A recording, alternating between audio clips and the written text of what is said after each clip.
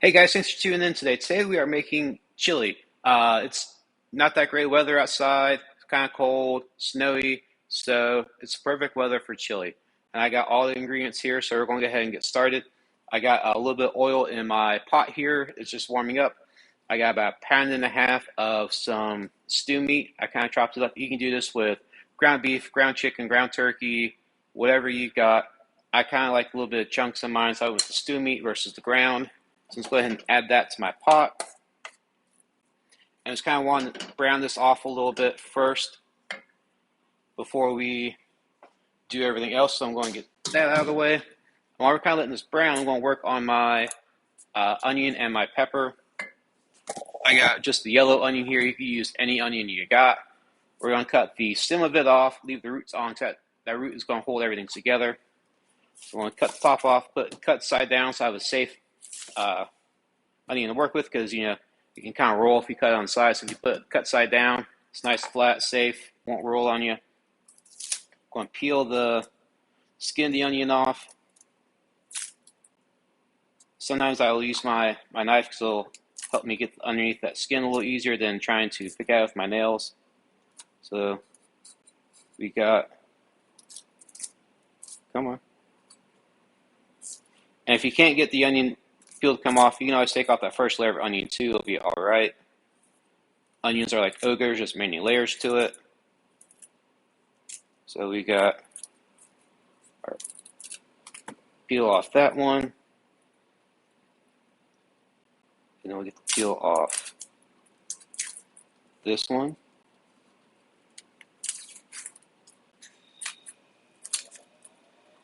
And then we'll be able to start chopping. And the fun thing about chili is you can kind of cut it however big or however small you want. I'm going to do a little bit smaller pieces because I don't like big chunks of onions in mine. And if you really don't feel like cutting anything up, you can do this the easy way. And in the freezer section, there's that bag of tricolor peppers and onions, or fajita blend, some places will call it. They already have julienne slices of onion, usually red, yellow, and green peppers. And sometimes they're fire roasted too, so there I got a little extra flavor on them. So I'm going to get all this out of the way.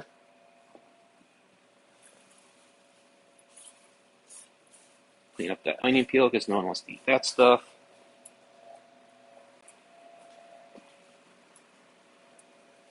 Waiting for my steak to brown up a little bit.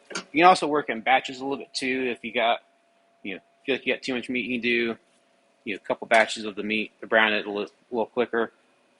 And all I'm going to do is I'm going to put that root end away from me and then start cutting some slices. The more slices you do now, the smaller your onion pieces will be. The fewer, the bigger your onion pieces will be.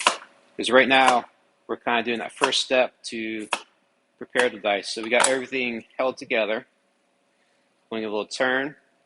When we make this cut here, we now have a diced onion.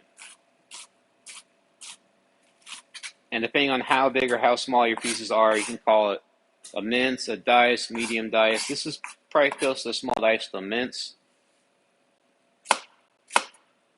So we're going to do the same thing with this other half of the onion. Earbud's falling out, sorry. Try and make sure we keep that sucker in so that way you all can hear me talk. Cutting up our second onion here. I think it's going to be no tears today, so that's good because there's no crying and cooking, unless they're tears of joy because you love the food so much. So we got our onion ready to go. Now we got to cut up our pepper. I have a red pepper because I like red pepper a little better than green. They all pretty much taste the same, but it's just kind of a thing for me. I like the red versus the green. Go on, just give this a quick little rinse. Dry it off.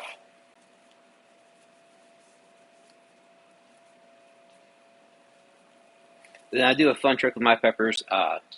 You can look at the bottom here.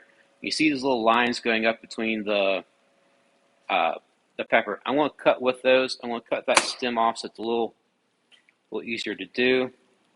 It's going to kind of cut down, and as you start getting to the top of the pepper, yeah, I'm cutting straight down. I'm going to start angling my knife out a little bit because I know we have the seeds in there. And once you cut your first one off, you can kind of see the seeds. You can see the stem where they kind of grow. So it's going to kind of cut where I don't get those seeds in now. And then this last one, you can kind of do a little easier, kind of lay on its side, and then you can just kind of cut off. We got a little bit of the top there. But other than that, we got the rest of the pepper. I'm going to cut a little bit of this white core out just because I don't think it tastes very good. And I'm the one eating the chili, so I'm going to make it how I like. Just going to cut this into some strips or some juliennes. And then we will dice that up.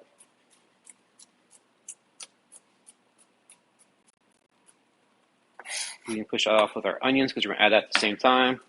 I'm going to give my beef a little stir. And we're going to continue on with the rest of our pepper here.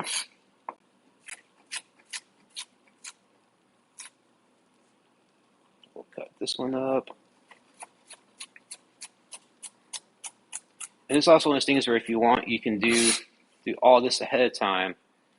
You know, cut up, tonight and then make chili tomorrow because you already got everything prepped up and ready to go. Or you can do all this, put it in the crock pot, set it, go to bed, wake up. Your house is going to smell amazing. You're going to have chili for breakfast, and that would be awesome. Because you can also kind of do a, southwestern shakshuka where you take the chili, put it in a pan, bring it up to, like a simmer, crack your egg right into the chili, let it cook in that chili broth, kind of if you would the shakshuka, and it'll be awesome because you'll have chili and eggs. Get your little cornbread tortilla, and you're all set for breakfast. I might do that tomorrow. That sounds pretty good. So our pepper is just about all cut up. And now our pepper is done, and we're kind of waiting for our steak to brown. So we're going to fast forward a little bit until the point where our steak is ready to go. Then we'll come back and get everything else going. All right, guys. So our meat is nice and brown. I'm going to start taking it out so that way I can cook our onions and peppers. And you don't want to. You can do this in another pan, but I don't recommend it because you want to have some nice flavor built up on the bottom of the pan here from the browning of the meat. So I'm going to get all my meat out of here. If there is excess fat, go ahead and drain that off. You don't really need that. I'm going to add just a splash of oil to my pan to kind of help with the cooking of the onions and peppers. So I got my onions and peppers we just cut up. I'll add those to my pan here. I'm going to let these go for 3 to 4 minutes. Then we can start adding everything else to it. Give it a nice big stir. The smell from this, because you already have the meat that we just browned off, and all the the onions, the peppers, just smells great. We're going to add some garlic to this here in a second. Then we'll add all our seasonings and our tomato paste. So I went ahead and opened up my stuff. I got a can of just crushed tomatoes. You can use diced tomatoes. You can use tomato sauce. You just need like that 28-ounce can. I got a can of chili beans. You can do any kind of beans you like. I didn't drain this off because there's stuff in the chili beans to get some more flavor. I just thought, hey, I'll give it a try. I actually have never used them before, so we're going to have some fun. Instead of cutting up like a spicy pepper, I use these little cans of diced green chilies. I think they add some great flavor, just a little bit of heat, nothing too crazy, because you can always add more heat, but you can't take any away. So I start with that. My recipe traditionally calls for some cayenne pepper, but I found this can of spicy tomato sauce at the store. So I thought I'd give that a try instead of the cayenne pepper because again, we can always add a little more heat later versus take it away. So I want to give that a shot and see how it goes. I haven't seen it before, so I thought, why not? Let's have some fun. Put it in some chili, and then I got some fun spices. We'll add. I'm going to add my garlic. Uh, I love garlic. This is going to help keep the vampires away because they suck.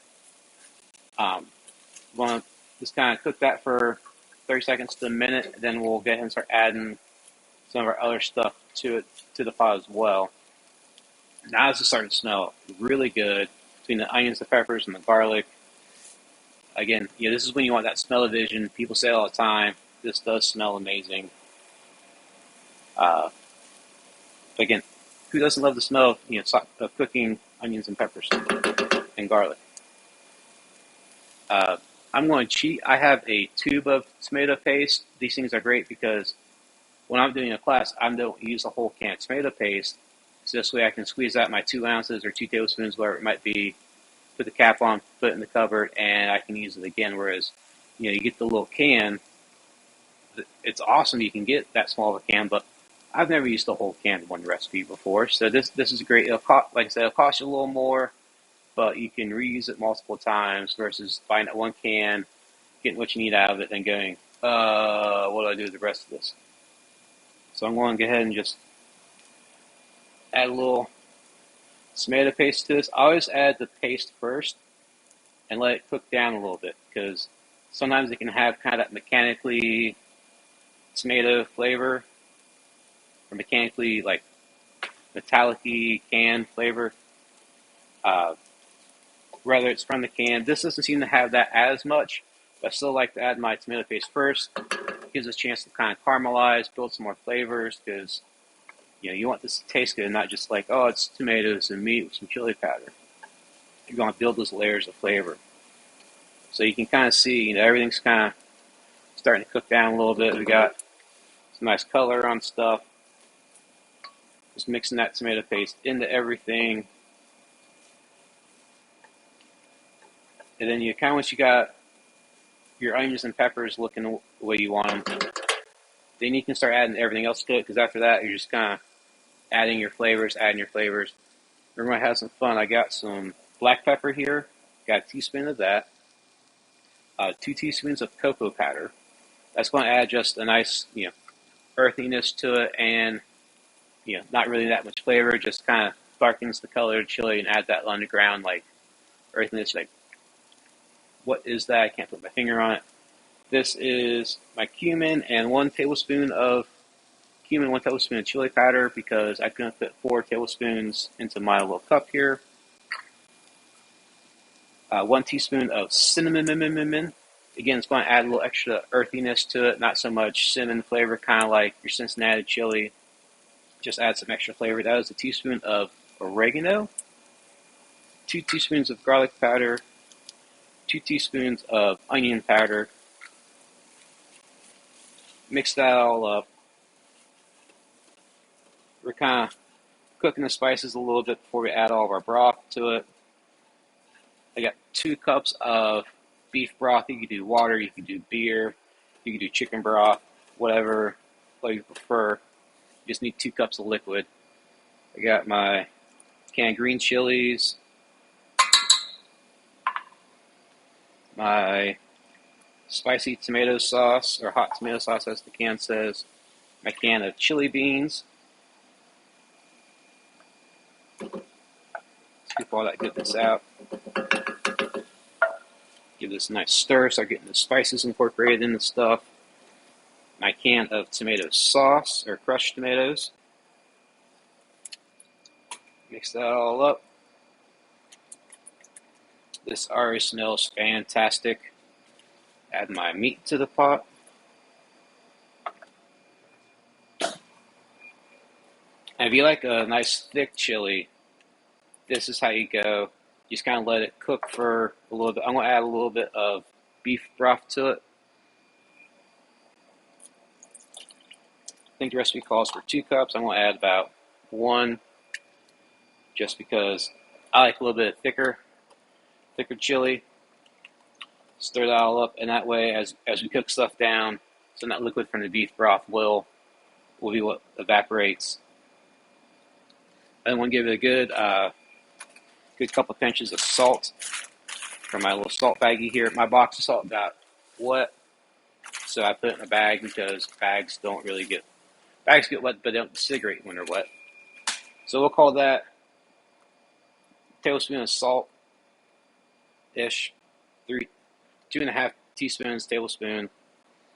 Again, you can always adjust that later. And we're just going to kind of let this cook down. And while that cooks down, we're going to do one other thing. I'll grab that in a second. It's just a spatula that fell. We're going to make some cornbread because you need something to go with your chili. And I love cornbread. So we're going to make some cornbread. Mom always made Jiffy cornbread. I still love the stuff today. But I have one little trick that she doesn't do. I want to share with you guys today. So I'm going to just open up my box of Jiffy. Pour it right in the bowl.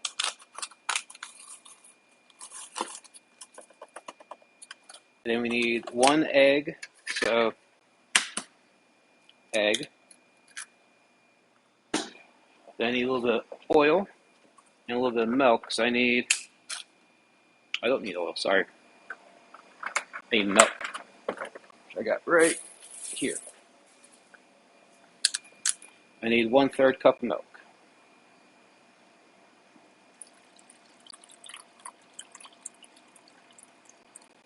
All right, there's our milk. And I need to add my secret ingredient, cream corn, which I've got my can opener.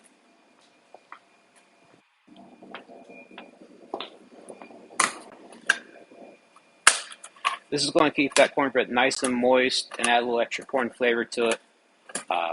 I've been doing this for years. You can do this, add that can of green chilies to it. You got a nice, Southwest Mexican cornbread. Mix this all up.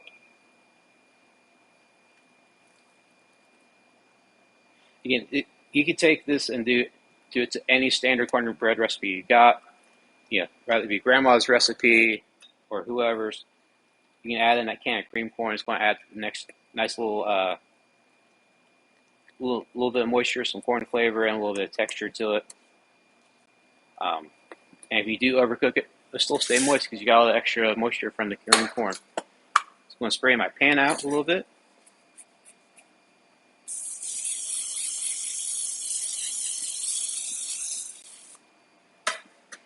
Add this to my pan here.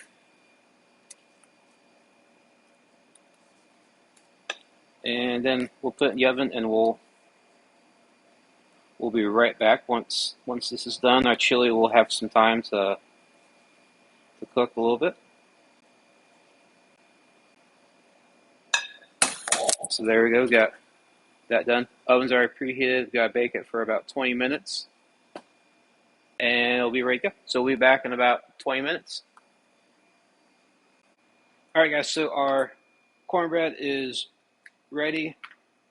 And I'm ready to eat. Our chili's been cooking away this whole time. So it's time to dive in. I can't wait. Cornbread's nice and soft.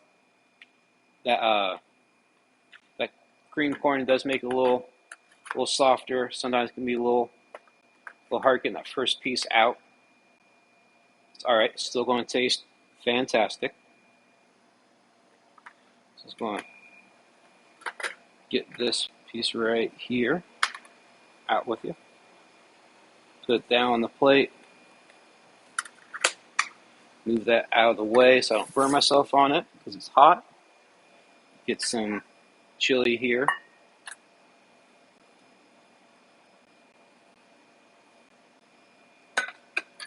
Get a little cheese on top because cheese makes everything better.